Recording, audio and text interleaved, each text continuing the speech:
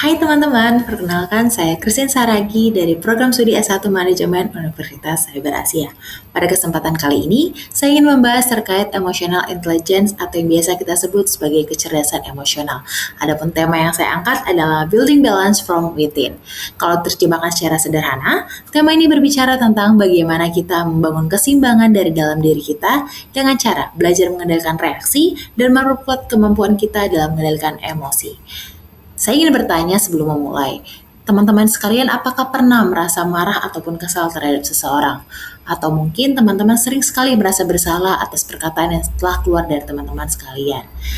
Untuk itu, daripada hanya membahasnya secara teori, di video ini saya akan mengajak teman-teman sekalian lihat bagaimana kecerdasan emosional sebenarnya bekerja dalam kehidupan kita sehari-hari. Coba kita mulai dari hal-hal sederhana. Apakah dari teman-teman pernah merasakan emosi-emosi yang ada di dalam slide? Misalnya teman-teman mudah marah, mudah tersinggung, sulit mengendalikan stres, atau mungkin teman-teman pernah mengatakan sesuatu ketika sedang emosi, dan ketika sudah merasa tenang, teman-teman mulai berpikir ulang, kenapa ya tadi aku mengatakan hal seperti itu? Saya rasa hampir semua orang pasti pernah mengalaminya. Dan sebenarnya pengalaman-pengalaman seperti ini menunjukkan bahwa mengelola emosi itu tidak selalu mudah. Kita mungkin tahu kalau kita sedang marah, tapi belum tentu kita tahu apa alasan yang membuat kita marah. Atau mungkin kita juga sadar bahwa kita sedang mengalami stres, tetapi belum tentu kita bisa mengendalikan respon kita terhadap stres tersebut. Disinilah peran dari emotional intelligence, dan itu merupakan peran yang penting. Lalu sebenarnya apa itu emotional intelligence? Secara sederhana, emotional intelligence adalah kemampuan untuk memahami dan mengelola emosi diri sendiri sekaligus memahami emosi orang lain. Ada 4 hal penting yang bisa kita lihat di sini. Yang pertama adalah mengenali. Kita perlu menyadari emosi apa yang sedang kita rasakan. Misalnya, saya tahu saya sedang marah. Atau mungkin sebenarnya bukan marah, tetapi kecewa, takut, tertekan, atau merasa tidak dihargai. Yang kedua adalah memahami. Kita perlu mencari tahu kenapa emosi tersebut bisa muncul. Misalnya, saya sedang merasa kesal, bukan hanya karena seseorang terlambat membalas pesan, tetapi mungkin karena saya merasa tidak dianggap penting. Dan yang ketiga, ada mengelola. Artinya kita belajar mengendalikan emosi supaya emosi tersebut tidak langsung menguasai tindakan kita. Dan yang terakhir adalah respon, tentang bagaimana kita merespon tindakan dari emosi tersebut. Apakah kita jadi melampiaskannya ke orang lain atau malah kita mengevaluasi diri kita terlebih dahulu. Jadi, memiliki kecerdasan emosional bukan berarti kita tidak boleh marah, kita tidak boleh sedih, justru sebaliknya. Kita tetap boleh merasakan emosi, tetapi kita belajar menentukan bagaimana cara meresponnya. Perlu untuk kita ketahui bahwa dalam emotional intelligence ada 5 komponen utama. Yang pertama adalah self-awareness, yaitu kemampuan untuk mengenali dan menyadari emosi diri sendiri. Yang kedua adalah self-regulation, yaitu kemampuan untuk mengendalikan dan mengatur respon emosional kita. Yang ketiga ada motivation, yaitu kemampuan untuk mempertahankan dorongan dari dalam diri untuk mencapai tujuan. Yang keempat ada empathy, yaitu kemampuan memahami dan merasakan apa yang mungkin dirasakan oleh orang lain. Dan yang terakhir adalah social skills, yaitu kemampuan membangun dan menjaga hubungan sosial dengan orang lain. Kalau diperhatikan sebenarnya kelima hal ini sangat berhubungan.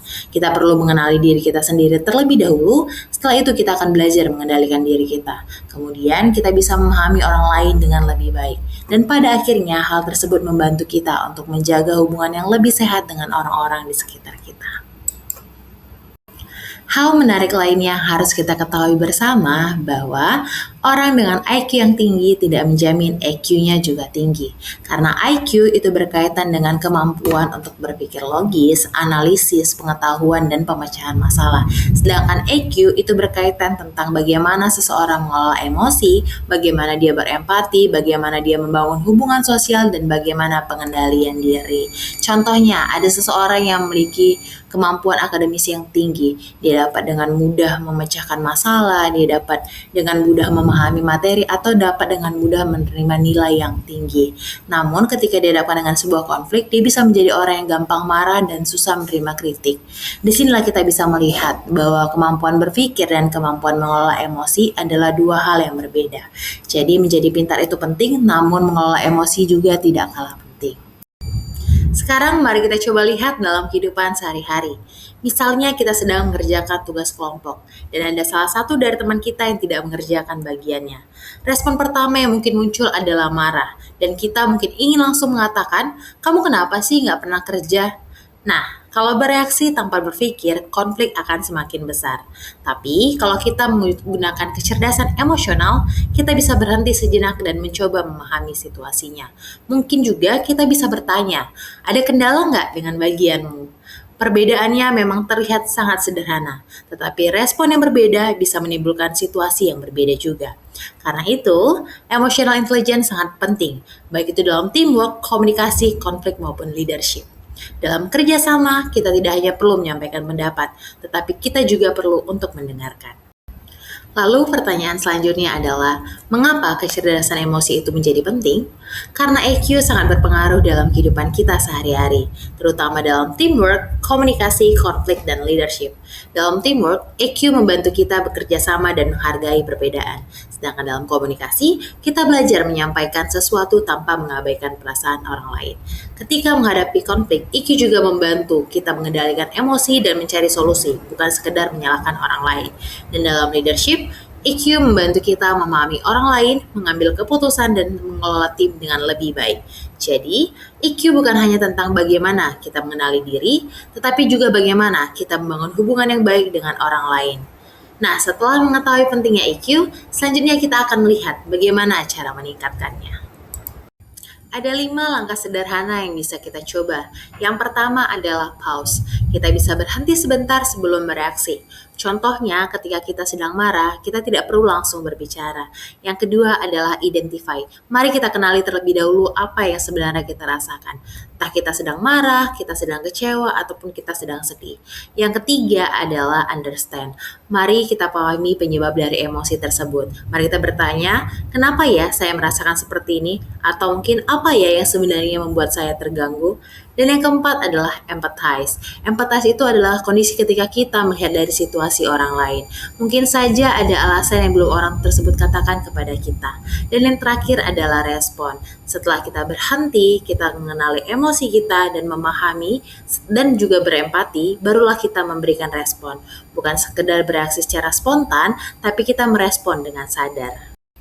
Jadi, dari pembahasan ini kita bisa memahami bahwa emosi itu adalah hal yang normal, tetapi bagaimana reaksi kita itu adalah pilihan kita. Kecerdasan emosional bukan tentang menghilangkan emosi. Kita tidak harus selalu menjadi orang yang tenang dan tidak pernah marah, tetapi kita belajar untuk mengenali emosi, memahami penyebabnya, mengelolanya, dan memilih respon yang tepat. Karena ketika kita mampu memahami diri sendiri, kita juga akan mampu memahami orang lain. Ketika kita mampu memahami orang lain, kita bisa membangun komunikasi, kerjasama, dan hubungan yang lebih baik. Terima kasih sudah menonton video ini. Semoga setelah video ini kita bukan hanya menjadi lebih pintar dalam berpikir, tetapi kita juga lebih bijak dalam merespon apa yang kita rasakan. Sampai jumpa di video berikutnya.